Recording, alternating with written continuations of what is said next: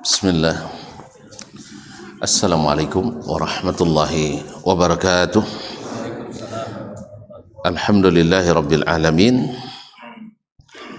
Wabihi nasta'in ala umurid dunya waddin. Asyhadu an la ilaha illallah wahdahu la syarikalah waliyus salihin wa khaliqul khalqi ajma'in wa razikuhum wa ma min dabbatin fil ardi illa 'ala Allah rizquha wa ya'lamu mustaqarraha wa mustawda'aha kullun fi kitabim mubin.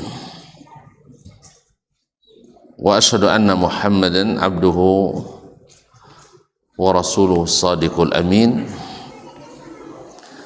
sallallahu alaihi wa ala ali baiti sadati tayyibin wa azwajihi at-tahirati ummahatil mu'minin wa ashabihi al-qadatil ghurril mayamin wa tabi'ina lahum bi ihsanin ila yaumiddin, amma ba'd. Fa'usi nafsi wa iyyakum ayyuhal muslimun wa ayatul muslimat bitaqwallahi azza wa jal rabbil ardi was samawat fa innahu qad fazal muttaqun ya ayyuhalladzina amanu taqullaha haqqa tuqatih wa la tamutunna illa wa antum muslimun.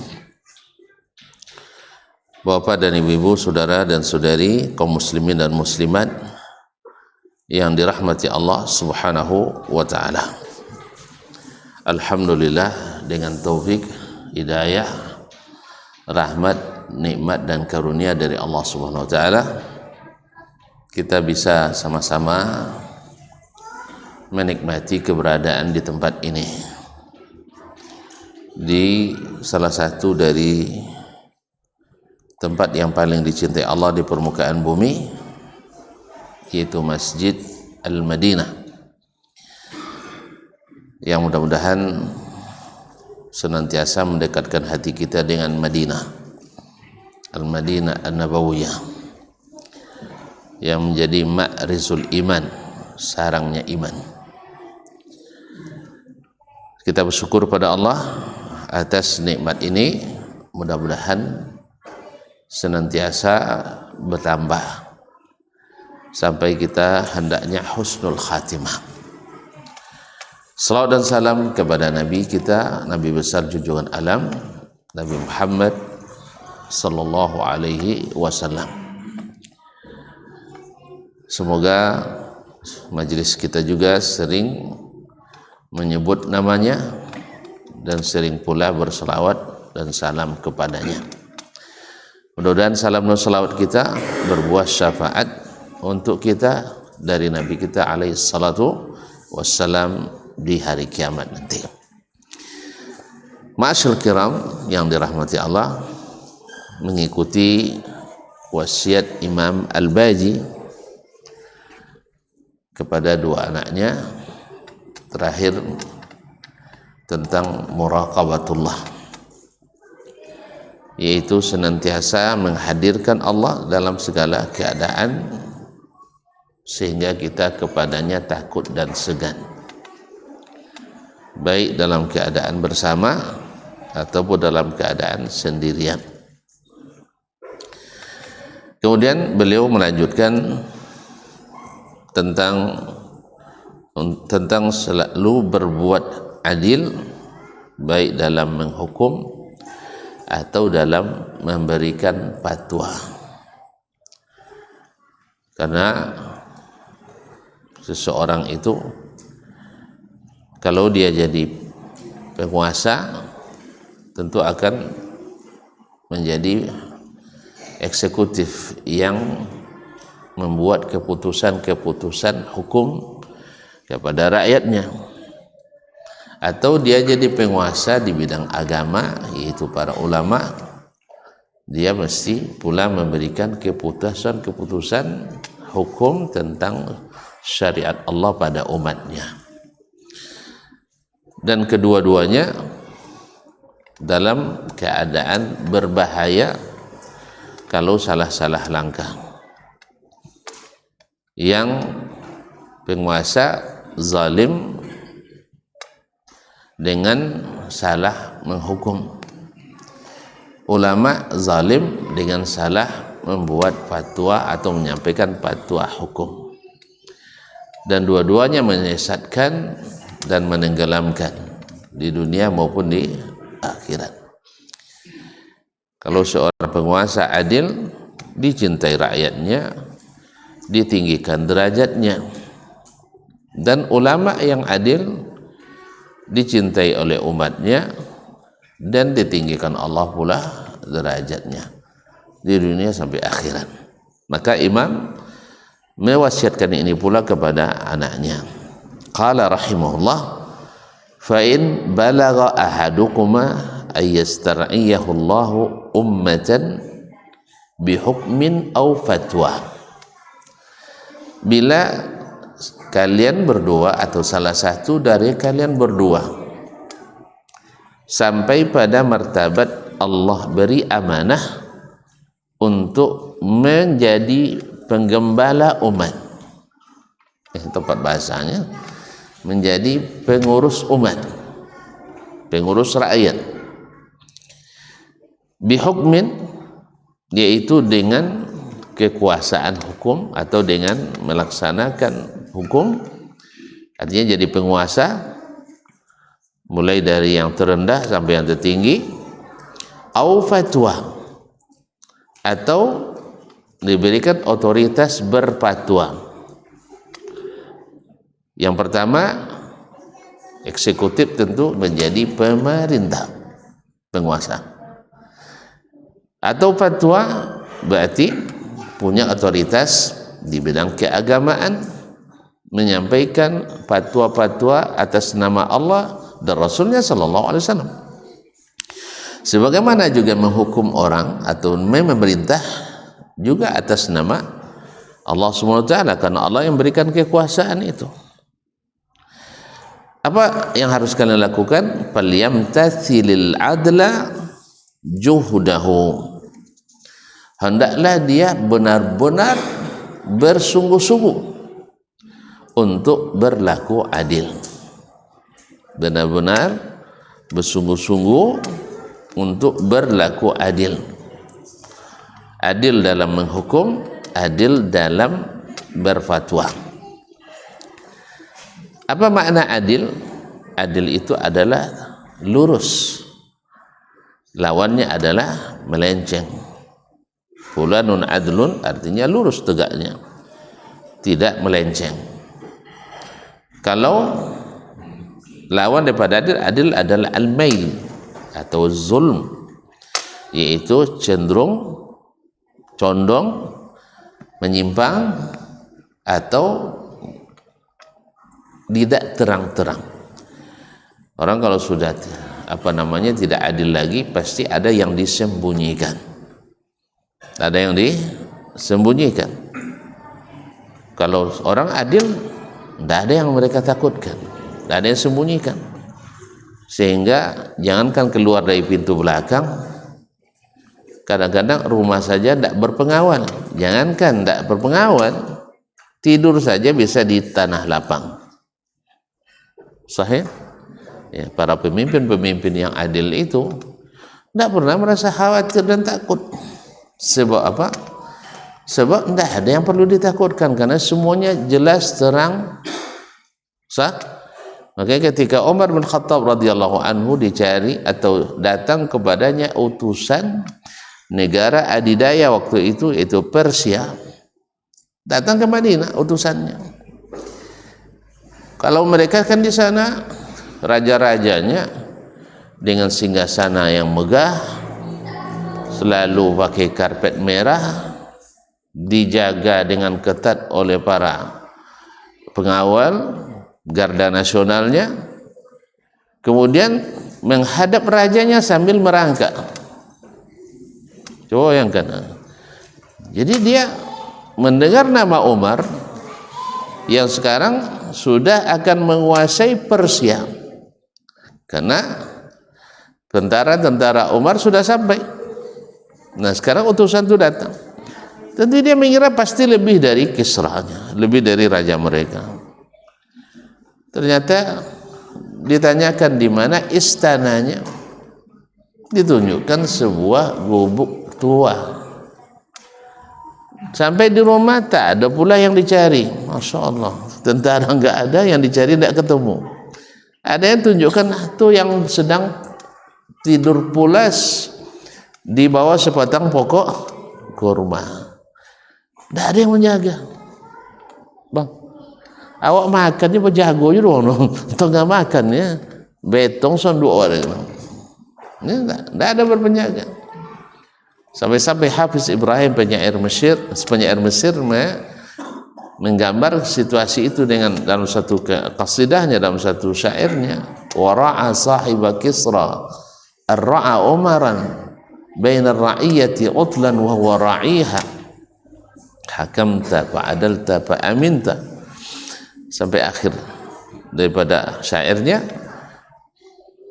Utusan Persia merasa terkesima, terperanjat tatkala melihat Umar sendirian tanpa pengawal tidur pulas, padahal dia adalah pemimpin tertingginya. Awak kalau sudah jadi RT saja misalnya di lingkungan ini ya, Masya Allah, luar biasa kan. Ini enggak, ini sampai kekuasaannya ke Syam, sampai kekuasaannya ke Irak, sampai ke Mesir, sampai ke Iran sana, ke Khurasan, sampai ke Rusia. Satu pemimpinnya. Besar enggak kira-kira? Hah? Besar sekali. Tapi subhanallah, tidak berpengawal, tidak ada protokoler. Awak kalau ada presiden tanpa protokoler tidak maksudnya ayonya. Tapi kalau camatnya pakai protokoler, tidak masuk selama hidup. Ya bang, kalau protokoler ribet masalah. Nah, ya kalau bisa kan assalamualaikum waswa selesai kan. Pakai daftar dulu seminggu lo daftar sebelum itu. Sudah itu pas waktu tiba tidak boleh nawur. Kayak jo, pas tiba tidak nawur. Malam telepon oke bo, subuh lah bo balik jadwal ni. Aduh acara mendadaknya. Acara mendadak. Jadi kaum muslimin dan muslimat ninda. Jadi kaum muslimin dan muslimat. Lalu dia bilang, hakamta, kamu jadi pemerintahnya, fa'adalta, lalu berlaku adil, fa'aminta, sehingga aman. Aman. Ma'asyarul kiram dirahmati Allah SWT. Jadi hendaklah dia bersungguh-sungguh untuk berlaku adil. Falyamtathilil adla juhdahu. Imtithal artinya adalah menjunjung tinggi keadilan. Imtithal itu artinya menjunjung tinggi keadilan. Wa yajanibal jawra wa ghadrah, dan bersungguh-sungguh menjauhi al-jawr. Al-jawru aslinya adalah dosa dan kezaliman. Jadi orang yang berdosa dan zalim disebut jairun, hakimun jairun. Wa ghadrahu, dan pengkhianatannya. Karena orang kalau sudah zalim pasti berkhianat. Tidak bisa. Semua yang zalim, baik ulama, baik umara maupun ulama, pasti tidak jujur, pasti berkhianat. Ya kalau dia tidak adil, pasti ada yang disembunyikan. Tapi orang adil tidak. Orang adil itu pemberani, tidak penakut. Orang adil, orang pemberani, orang yang benar, berani karena benar, takut karena salah. Makanya walaupun dia seorang pemimpin, tapi kalau tidak adil pasti penakut, pasti pengecut. Contohnya Fir'aun, masa takut sama bayi? Takut dia sama bayi kan? Tidak tahu cerita Fir'aun. Mimpi dia akan lahir seorang bayi dari Bani Israel yang akan menjatuhkan kerajaannya. Mimpi bisa membuat keputusan zalim dari seorang penguasa yang mengatakan dirinya saking berkuasa adalah Rabbukumul A'la. Ya, Rabb kalian yang tertinggi, Tuhan yang tertinggi. Cuma tidak tahu dia, ngaku jadi Tuhan tapi tidak tahu mana bayi itu ya. Kenapa? Kenapa dia penakut? Karena zalim. Karena zalim. Tapi kalau orang yang tidak zalim, tidak takut. Karena memang kalau buuk pikiran, mimpi buuk aja sering kan.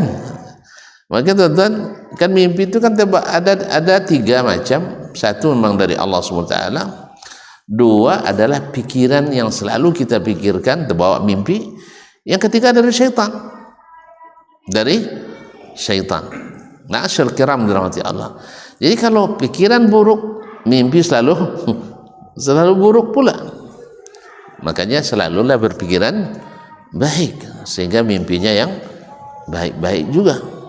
Nah, ma'asyil kiram dirahmati Allah. Akhirnya Fir'aun sendiri ya karena ketakutan akhirnya berkhianat. Karena kezaliman akhirnya dia berkhianat. Fa innal ja'ira mudaddun lillahi fi hukmih. Karena orang yang jair, yaitu yang berdosa, yang zalim, dia itu melawan Allah dalam hukumnya. Mesti melawan Allah dalam menghukum. Kazibun alaihi fi khabarihi. Dan mesti berdusta. Ini konteksnya pemimpin muslim ini. Pemimpin muslim. Kalau non muslim jelas memang dari awal dia tidak akan menjunjung tinggi perintah Allah Subhanahu wa ta'ala. Ini pemimpin muslim yang berarti orang Islam ada yang zalim?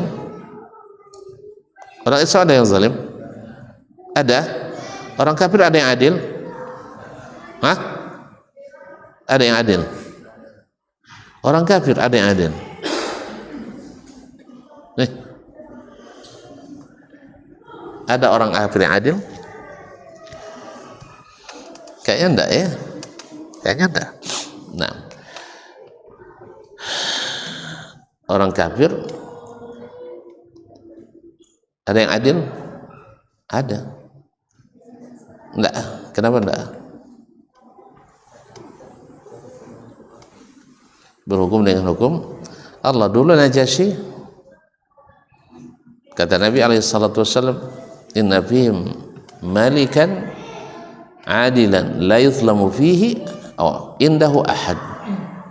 Ketika Nabi suruh hijrah sahabat ke Habasyah, rajanya Najasyi, di situ rajanya raja yang adil, tidak ada yang dizalimi. Kok bisa adil dia?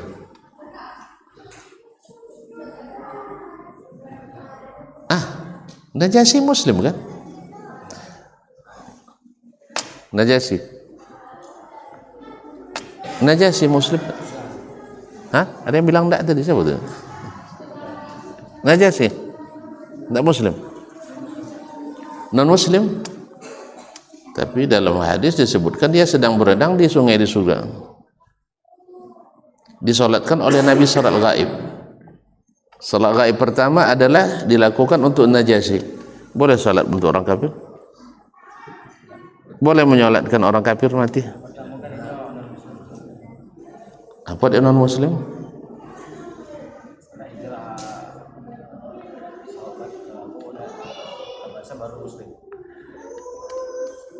Terus waktu itu pakai apanya agamanya? Najasyi? Nah, Nasrani, Islam pun enggak? Hah? Nabi Isa orang Islam enggak? Kayaknya ikut Nabi Isa. Muslim tuh enggak? Muslim. Setelah datang dakwah Nabi masuk Islam itu enggak? Masuk Islam. Berarti Muslim. Jadi dia menghukum dengan hukum agama Nabi Isa alaihissalam. Syekh. Nah, jadi orang adil itu adalah sifat aslinya orang Muslim. Nah, Najasyi radhiyallahu anhu rahimahullah adalah masuk Islam dan ketika meninggal disalatkan oleh Nabi alaihi salatu wassalam secara gaib, karena tidak ada yang menyolatkannya di situ, karena masuk Islamnya secara sembunyi-sembunyi. Ma'asyil kiram dirahmati Allah SWT. Jadi orang yang zalim mudadun lillah, pasti melawan Allah Subhanahu wa taala, baik pemerintah maupun ulama. Fi hukmihi, dalam hukumnya, kazibun alaihi fi khabarihi, berdusta terhadap Allah dalam berita yang disampaikannya. Kenapa? Dia mengatakan ini hukum Allah padahal bukan hukum Allah. Demikian juga ulama ketika memfatwakan sesuatu dan zalim dalam fatwanya, tidak jujur dalam fatwanya, juga dusta atas nama Allah SWT. Dikatakan ini Allah bolehkan padahal Allah haramkan, atau ini Allah haramkan padahal Allah halalkan. Makanya setiap orang yang zalim pasti berdusta, pasti melawan Allah. Karena orang melawan Allah tidak ada yang jujur. Makanya orang kafir tidak bisa adil. Nah, ma'asyiral kiram dirahmati Allah Subhanahu wa taala. Mughayyirun li syari'atihi, merubah-rubah syariatnya. Jadi pemimpin muslim kalau yang zalim pasti karena merubah syariat Allah. Karena syariat Allah semuanya adil. Syariat Allah semuanya adil. Tidak ada kezaliman di dalamnya. Makanya pemerintah yang pernah menjadi pemimpin yang paling adil di dunia siapa?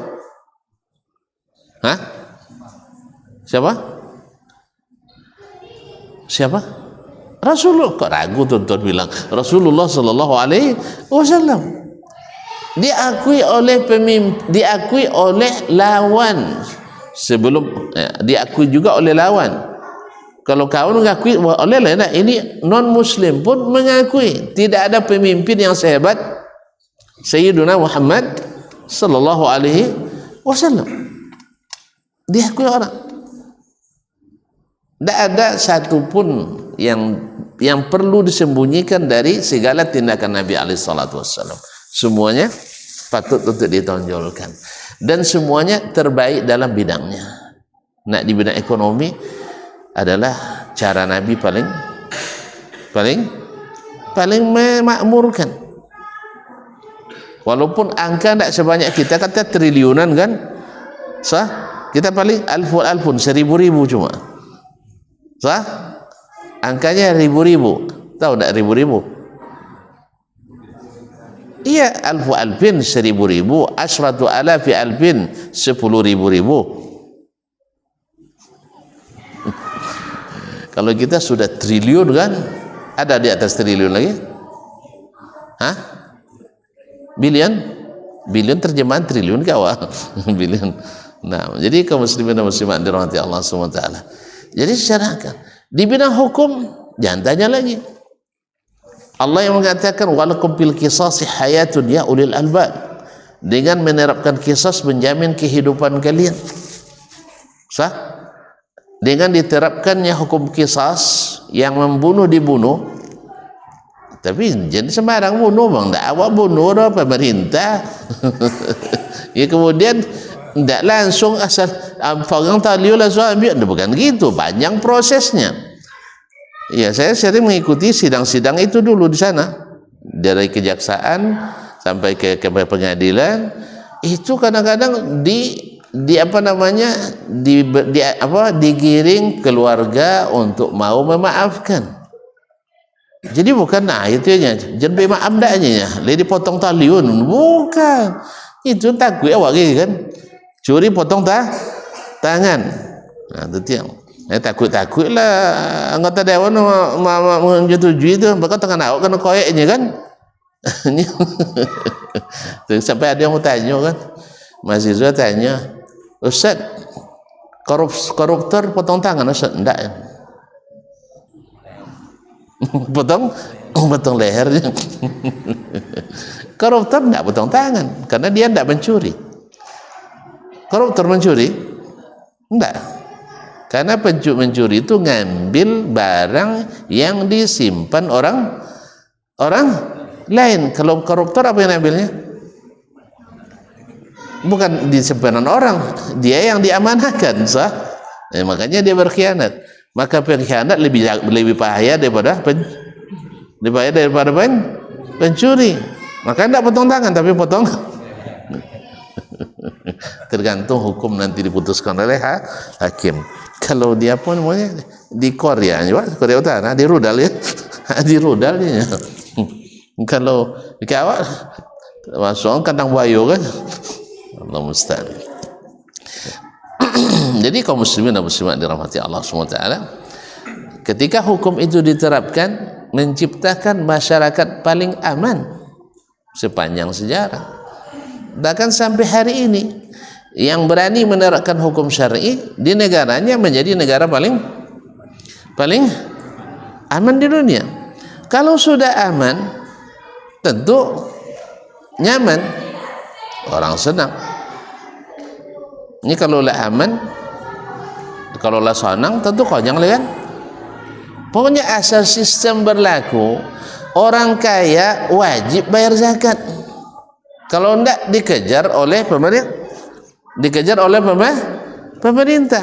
Kalau zakat, semua orang kaya bayar zakat, banyak orang miskin. Tidak. Masalahnya kita tidak. Kalau di negeri kita kadang-kadang yang kaya tak bayar zakat, yang miskin wajib pajak. Pajak untuk apa? Untuk gaji orang-orang kaya itu. Kan untuk gaji DPR, guys. Iya. Kan sabu ini kata DPR mah. Tanya Menteri Keuangan, pajak untuk apanya? Gaji anggota dewan, gaji guru, gaji pegawai. Kan dia? Masuk tentara lagi kan? Ini kaum muslimat dirahmati Allah. Sabu ini gaji TNI dan peran Polri ini kan? Itu masuk sodok gitu. Yang P3K pun masuk di pajak. Itu yang penghasilan yang lain itu apa? Jadi penjawab kan? Payah menjawabnya. Ini kaum muslimin dan muslimat dirahmati Allah SWT. Tapi kalau zakat yang dikejar, orang kaya otomatis akan mengeluarkan bagian orang miskin. Makanya ketika itu diterapkan, susah cari orang yang nerima zakat. Sampai dari Yaman, Son'a di Yaman sana, orang menjajakan zakat sampai ke Baghdad di Irak, tidak ada yang mau nerima. Apa sebab? Hukum berlaku, hukum Allah berlaku. Alhamdulillah. Jadi ketika hukum itu berlaku, ya kan kalau di Arab Saudi itu saya dengar Arab Saudi itu kalau ada penerapan qisas itu diumumkan secara nasional di radio, di televisi, apalagi kini kan di TV kabel kan, diumumkan secara nasional, mungkin sepekan sebelum pelaksanaan eksekusi atau kadang sebulan sebelumnya. Alhamdulillah, dan saya pernah menyaksikannya pelaksanaannya dari dekat langsung. Alhamdulillah. Itu dalam setahun kadang tidak ada 2 kali dah. Dalam setahun tidak ada penerapan qisas sama sekali, nggak ada kadang. Itu tandanya bahwa seperti kata Allah, walakum fil qisasi hayatun ya ulil albab. Hai orang-orang yang berakal, kalau kalian terapkan qisas, kehidupan kalian terjamin. Orang takut membunuh. Orang takut membunuh karena dia akan kehilangan nyawa pula. Tapi kalau kita, orang membunuh, dia tidak takut kehilangan, paling penjara. Habis sudah dapat remisi. Apalagi namanya? Amnesti. Apalagi? Pokoknya banyak. Potong masa tahanan. Kemudian macam-macam lah. Akhirnya orang tidak begitu takut. Sah, apalagi kalau pintar pula dengan cara-cara tertentu bebas dari segala tuntutan. Tapi kalau sudah qisas, nah, makanya orang takut dari awal tuh udah takut dia membunuh itu. Ya, walaupun kalau di mulut, masya Allah macam nak dimakannya orang tuh. Tapi kalau main senjata, enggak, jarang. Ya, kalau yang orang kelahi seringnya, cuman enggak jadi ya, orang kelahi mulut sering kita tengok. Awak pun sekarang juga diajak orang tuh kelahi. Nah, sering juga diajak kelahi kan. Kadang-kadang nih sengaja dia tabrak mobil kita di belakang, nah, supaya kita marah. Antutan marah kita. Wah, tantangnya, kalau kau berani keluarin mobil kau tuhnya kan, padahal tinggi berdoa, tinggi kodang. Tapi nengok di awak kui ngerata kodang kan, takut bolehnya. Takut bolehnya. Allah Ustaz. Tapi kalau sampai menggunakan senjata, enggak. Mereka takut. Mereka takut. Apa sebab? Karena akan kehilangan nyawa pula. Akhirnya tercatatlah kasus 13 tahun di Arab Saudi sebanding dengan 1 menit di kota Chicago, Amerika. Kalau 3 tahun 4 menit Pak, 13 tahun berapa menit? Itulah perbandingannya. 13 tahun di Arab Saudi angka kriminalitas sebanding dengan 1 menit di kota Chicago, Amerika. Ya, sononya tentu belajar keamanan itu bukan ke Amerika, belajar ke Arab Saudi sebenarnya. Nah, cuman karena sekarang kan teori kapitalis lebih kita hargai daripada hukum Allah Ta'ala. Takut orang melaksanakan hukum Allah itu katanya. Nanti radikal kita katanya. Ya kan, nanti teroris kita. Enggak, justru ini yang menjamin keamanan, menjamin kesejahteraan. Tadi saya katakan secara ekonomi orang kaya wajib berzakat. Kemudian orang kalau sudah biasa berzakat, tak timbul rasa pemurahnya. Makanya tercatat pula orang Arab itu di UNDP, United Nation for apa Jo? Kepanjangan Jo? Development People, Indeks Pembangunan Manusia, tercatat pula bangsa paling pemurah di dunia adalah bangsa Arab, karena mereka menikmati ketika mereka keluarkan hak-hak orang dari hartanya. Allah tak pernah ingkar janji, diganti dengan yang lebih baik. Hatinya senang dan tenteram. Maka mereka pun berlomba-lomba berbuat kebaikan. Makanya banyak orang iri sedunia pada mereka. Ya, iri orang, tidak bisa membuat tapi bongi aja kan. Allah musta'an. Bang, Cina enggak jadi negeri paling aman? Ya, doakan para ulama kita, para pemimpin kita menjadi pemimpin dan ulama yang adil, bicara atas nama Allah, tidak merubah-rubah hukum Allah Subhanahu wa Ta'ala. Ya, doakan aja, tidak mustahil kok. Dulu kan masa jahiliyah Nabi berdakwah kan tidak mungkin rasanya berhasil kan tidak mungkin.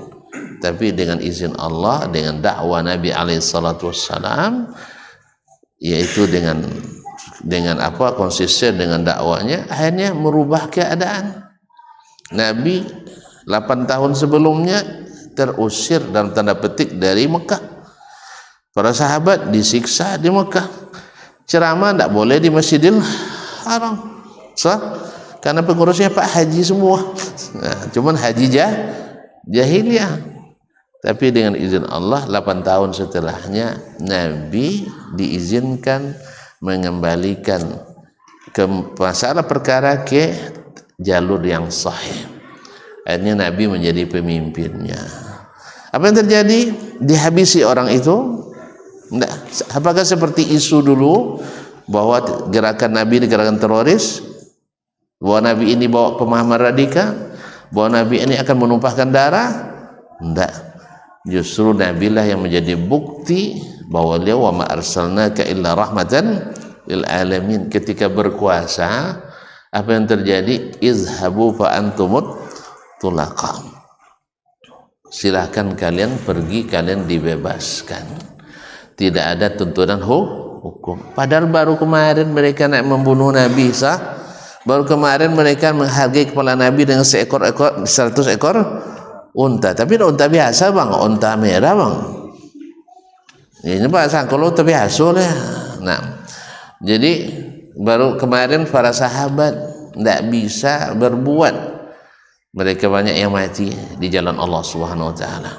Tapi ketika Islam berkuasa, aman dunia.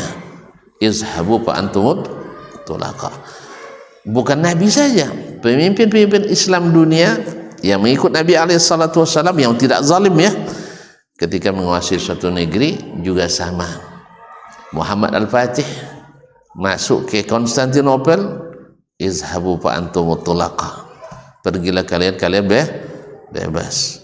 Salahuddin Al-Ayyubi ketika menguasai kembali Palestina dari kaum salib, padahal baru 40 tahun yang lalu, lautan darah seperti masih tercatat di Vatikan hari ini. Syair-syair pada waktu itu, penyair-penyair salib waktu itu dengan bangganya mengatakan kuda-kuda mereka berenang darah kaum muslimin di Baitul Maqdis.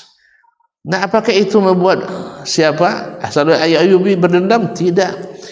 Agama tetap harus tegak, bahwasanya kalau kita jadi pemenang bukan untuk menggenosida atau menghabisi, tapi adalah untuk mengambilkan kehidupan yang nyaman bagi umat manusia. Bukan orang Islam saja, bahkan orang non muslim pun lebih memilih tinggal bersama pemerintahan muslim daripada pemerintahan orang non muslim. Jelas. Makanya aneh bin ajaib kalau ada tokoh-tokoh kita pula yang nak mencampur-campur agama ini. Ini adalah kejahilan dan kejahiliaan pula. Walaupun cerdas tetapi tidak berilmu, atau berilmu tapi tidak jujur dalam berilmu. Ini yang dikhawatirkan oleh Al-Baji ketika menasihati kedua anaknya. Kalau kau nanti pada posisi menghukum dalam bidang agama, harus jujur. Sebab kalau membenarkan semua agama ini adalah tidak jujur. Tidak jujur atau tidak tahu. Kalau tidak tahu jangan biar keputusan. Tapi kalau tidak jujur, ini lebih berbahaya. Ini pengkhianat bangsa dan agama. Karena menyatu-jatuhkan agama yang berbeda itu tidak disetujui oleh aturan manapun.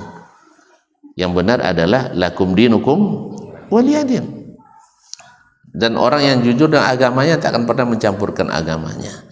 Orang Kristen akan meyakini semua agama di luar mereka salah. Orang Islam wajib juga meyakini semua agama di luar agama mereka adalah salah. Tapi apakah karena dia salah lalu kita perangi langsung? Tidak.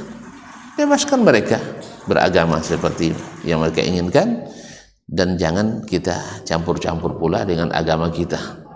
Jelas ya, kenapa lagu lo di musaji ini, lagu rohani itu namanya tanda-tanda orang-orang yang tidak jujur, dan ini yang dikhawatirkan oleh Imam Al-Baji rahmatullahi ta'ala alaih. Semoga Allah beri hidayah kepada yang tersesat dari umat ini dan memberikan kita pemimpin-pemimpin yang bijak dan selalu mengingat Allah Subhanahu wa taala dalam menghukum. Mas, waktu saya ya, kita azan dulu. Nah.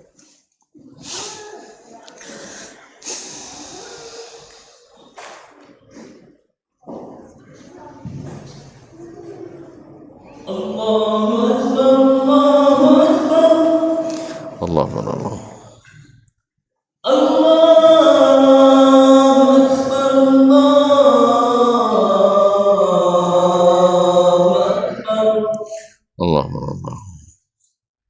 أشهد أن لا إله إلا الله.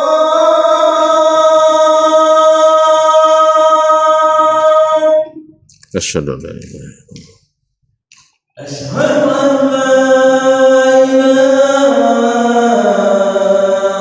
إلا الله. أشهد أن لا إله إلا الله. أشهد أن محمدا رسول الله.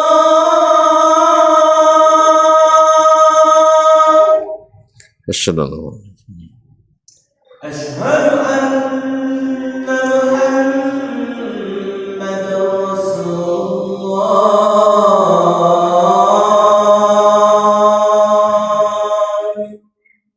Asyhadu Hayya 'alas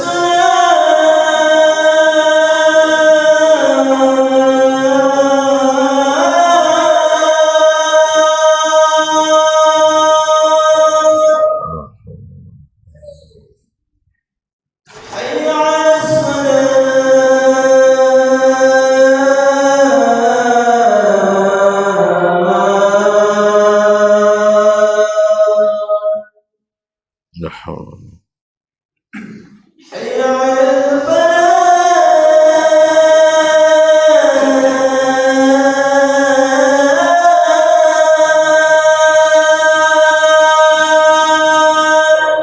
la haula Hayya 'alal falah.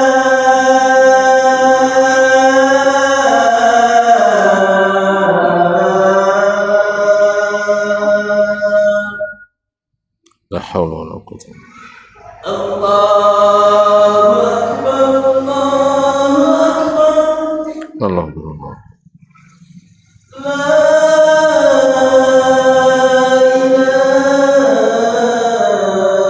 ilaha illallah.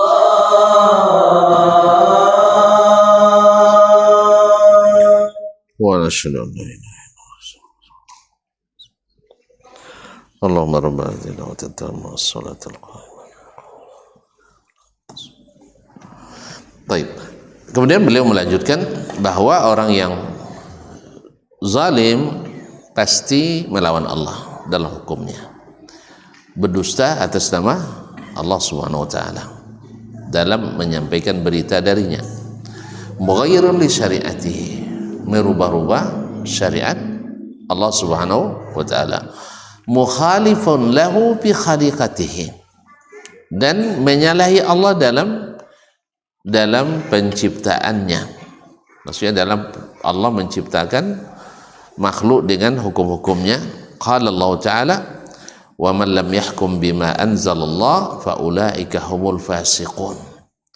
Siapa yang tidak menghukum dengan apa yang Allah turunkan, mereka sebenarnya adalah orang-orang fasik, pendosa besar.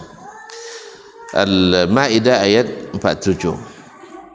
Wa qad ruwiya, diriwayatkan. Ini kalimat ruwiya kalau dalam bahasa hadis namanya sighatut tamrid, yaitu tidak pasti kesahihannya atau diragukan kesahihannya, karena memang hadis ini tidak sahih dan dihukum oleh para ulama hadis dhaifun jiddan. Apa itu? Wa qaruya annal khalqa kullahum iyalullah. Makhluk ini semuanya adalah iyalullah, keluarga Allah. Keluarga Allah. Wa anna ahabbal khalqi ilallah ahwatuhum li'iyalihi.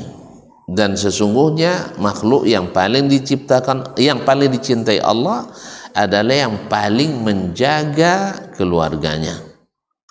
Jadi makhluk ini dalam hadis ini disebut sebagai keluarga Allah. Nah, siapa yang paling dicintai Allah? Yang menjaga keluarga Allah ini, dari kalangan manusia, dari kalangan jin, dari kalangan makhluk-makhluk semuanya. Karena pemimpin yang adil yang menjaga semuanya. Jadi bukan manusia saya yang jaga, sampai hewan-hewan dijaga, tumbuh-tumbuhan dijaga, hutan dijaga, sungai dijaga, semua dijaga. Apa sebab? Karena menjaga itu adalah untuk keselamatan makhluk hidup juga. Kalau dirusak, maka akan merusak tatanan kehidupan. Secara ekologis akan rusak. Maka pemimpin yang adil juga berkewajiban untuk menjaga itu semua. Menjaga itu semua. Jadi luar biasa kalau jadi pemimpin. Makanya orang pemimpin yang adil itu nomor satu dapat naungan Allah pada hari kiamat. Di saat tidak ada naungan kecuali naungan Allah, dia dapat naungan. Orang kepanasan tapi dia dapat naungan Allah Subhanahu wa taala. Kenapa? Berat kerjanya. Kerjanya berat. Dan mereka nanti akan diberikan mimbar-mimbar cahaya. Karena orang penguasa itu kan selalu pidato depan mimbar kan. Kalau dia jujur, kalau dia adil, nanti balasan di akhirat akan diberikan di depan seluruh lapisan umat manusia pada hari itu. Dia tegak di mimbar-mimbar cahaya. Makanya tidak sembarangan jadi pemimpin itu. Bukan pokoknya apa asal dilantik dapat SK kemudian jadi enggak, selesai, bukan itu. Ya, ini di dunia sudah dituntut orang kita, auzubillah. Apalagi di akhirat. Makanya berat. Nah, tentu tak akan sanggup. Ya, biarlah mereka aja, kita tidak usah. Doakan saja mereka ya. Hah? Tidak usah, biar mereka aja. Doakan mereka jadi orang-orang adil. Nah, yang paling dicintai Allah adalah yang paling menjaga keluarga-keluarga Allah. Ya, artinya makhluk-makhluk Allah ini. Waruya, dan diriwayatkan pula, ma min imri'in istur'iya ra'iyatan falam yahutha bi nasihatin illa haramallahu ta'ala al-jannah. Ini hadis juga yang dalam hadis sahih, maknanya semakna dengan hadis ini disebutkan seperti dalam Sahih Al-Bukhari rahimahullah, ma min 'abdin istara'ahu Allahu ra'iyatan ma min amirin yali amran muslimin thumma la yajhadu lahum wa yansahu illa lam yadkhul ma'ahumul jannah. Hadis diriwayatkan oleh Imam Al-Bukhari dan Imam Muslim. Tidaklah seseorang pemerintah yang mengurus urusan kaum muslimin tapi tidak bersungguh-sungguh mengurus mereka, artinya dan tidak jujur pada mereka, kecuali tidak masuk surga. Jadi kalau ada pemimpin yang tidak jujur pada rakyatnya dan tidak adil pada mereka, jangan harap masuk surga. Karena menzalimi satu orang aja dah cukup menghambat kita, apalagi menzalimi kalau sempat pemimpin Indonesia, Indonesia. Kalau sadar kita itu, pasti kita tidak mau jadi presiden. Sah? Tidak mau jadi presiden. Jelas? Nah, tapi karena kebanyakan kita tidak tahu, maka berlomba jadi presiden. Nah, mudah-mudahan yang sudah jadi, ya Allah kurangi bebannya, dan Allah berikan taufik dan hidayah, semoga memikul tanggung jawab itu dengan selamat, dan di akhirat juga diberikan Allah SWT tempat yang terhormat. Ma'asyiral kiram dirahmati Allah SWT. Jadi kalau tidak jujur, jangan harap masuk surga. Tapi kalau jujur dan adil, tadilah nomor satu, yang pertama dapat berpenundungan dan dimuliakan. Nah, tergantunglah kita sekarang. Kalau sudah jadi, nak jadi orang yang mempersulitkah, nak menjadi orang yang zalimkah, pilihannya ada pada kita. Yang namanya berkuasa di dunia ini kan sebentar. Kalau presiden 5 tahun kan sah, kadang-kadang belum selesai dah mati pula orang, atau kadang sudah berkasus pula, na'udzubillah. Oleh sebab itu maka tunjukkan bahwa saya adalah pemimpin yang berharap surga. Nah, taib illa haramallahu ta'ala al-jannah. Jadi secara makna hadis ini sahih, tapi dengan lafaz itu riwayatnya tidak sahih, karena dari riwayat Yusuf bin Atiyah As-Saffar, dan dia ada dhaifun jiddan. Tapi makna yang sahih yang semakna dengannya dalam Sahih Bukhari dan Muslim, bahwa orang yang diberi tanggung jawab untuk mengurus masyarakat, mengurus rakyat, harus adil, harus jujur, dan harus berani. Nah, dan inilah nasihat yang disampaikan oleh Imam Al-Baji kepada anaknya. Nah, karena dia berharap dengan nasihat ini, kalau anaknya jadi ulama, menjadi ulama penerus dirinya. Kalau dia yang ajarkan, maka dia pahala mengalir untuknya. Kalau dia jadi pemimpin, juga dia dapat pahalanya. Jadi pemimpin yang adil.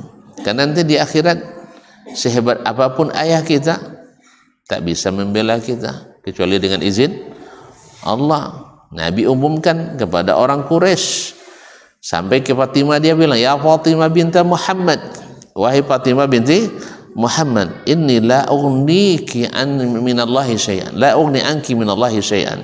Saya tidak bisa melindungimu dari Allah Subhanahu wa taala. Kalau harta ambillah, nama baik ambillah, bahwa kau anak Muhammad sallallahu alaihi wasallam, anak Rasulullah. Naam, dari alul bait, dihormati orang. Tapi kalau kau tidak beriman, kalau kau tidak beramal saleh, kalau tidak jujur, kalau kau tidak taat pada Allah Subhanahu wa taala, ayah tak bisa membela. Makanya Abu Talib walaupun banyak jasa tetap masuk neraka. Abu Lahab walaupun Habib, Abu Lahab Habib tak? Pak, Abu Lahab Habib pun tak? Apa Habib? Ya, ada garis keturunan dengan Nabi alaihissalam, saudara dengan Nabi alaihissalam, paman kandungnya. Tentu lebih Habib dari yang sekarang, yang daannya tidak jelas sebagian, ya kan? Ya, jadi lebih Habib, tapi tidak berguna kehabibannya itu, tidak guna syarifnya itu. Kenapa? Karena tidak berani untuk mengikuti Nabi alaihissalam. Karena orang yang berani mengikuti Nabi pasti adil, dan orang yang tak berani mengikuti Nabi, dia pastikan zalim. Makanya rumusnya sedikit saja, ikuti Nabi dalam segala hal, kita akan berbuat adil, termasuk dalam berkeluarga, dalam bermasyarakat, dalam berjamaah. Asal ikut Nabi selesai, pasti kita adil. Sebab apa? Marah istri, apa kata Nabi? Woi, dipecahkan piring sama istri, apa kata Nabi? Tempelang dia. Enggak kan? Dia hanya bilang depan teman-temannya, depan para sahabat, ummuki gharat, ummukum gharat, ibu kalian cemburu. Dah selesai.